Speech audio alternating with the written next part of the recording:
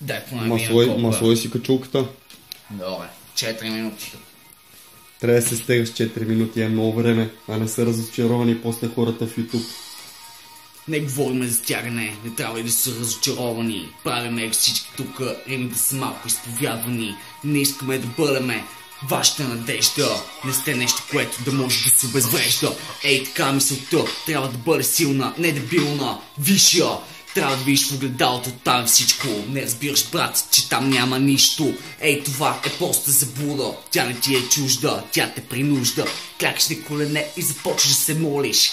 Но изведнъж започваш да узнаваш, че можеш да твориш. Трябва това нещо за себе си да го решиш. Виж, пак в огледалото, там можеш да видиш цялото. И то винаги те издава с тялото. Това са неща, които са като психология.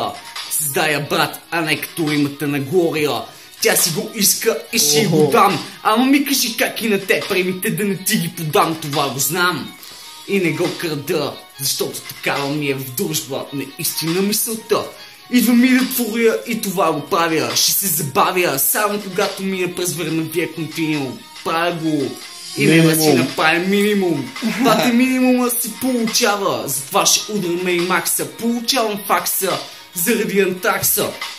И искам да си пина, защото вече не мога без тая бира. Какво се сбива?